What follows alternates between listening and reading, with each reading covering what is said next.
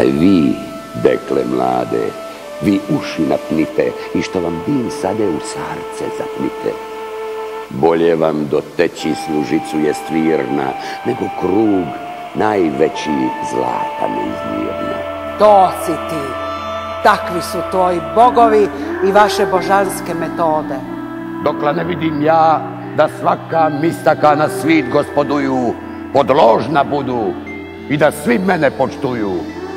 Zato odlučuju sa svimi imit rat, ki se ne obituju poda mnom da će stat. Placi teatar, veće scine nego Božji sveti trimi. Same sprdnje nego istine, bezobrazni glumci.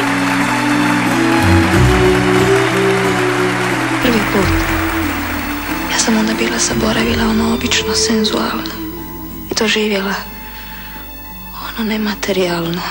Pokušavala sam biti Madonna sa aureolom na glavi. Nadzemaljska pojava, čista srca bez strasti.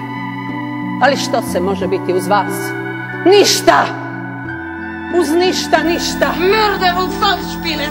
Ja znam, ovdje je sve kulisa. Ali tu za mene postoje pravne garancije da ne moram natrag u onu polutminu. Treba naglasiti i dva put podvući kako je svjedocima na sudu utvrđeno da je stara ubogarka redovno pila po rakijašnici. Pijane svinje, pijanci, odrpanci. Pa sam gledala pred mojim nogama i biskupe, i generale, i kelnere. Moja mare, vazeće tebe ona prvi livega. Di ćete odvesti ti marine?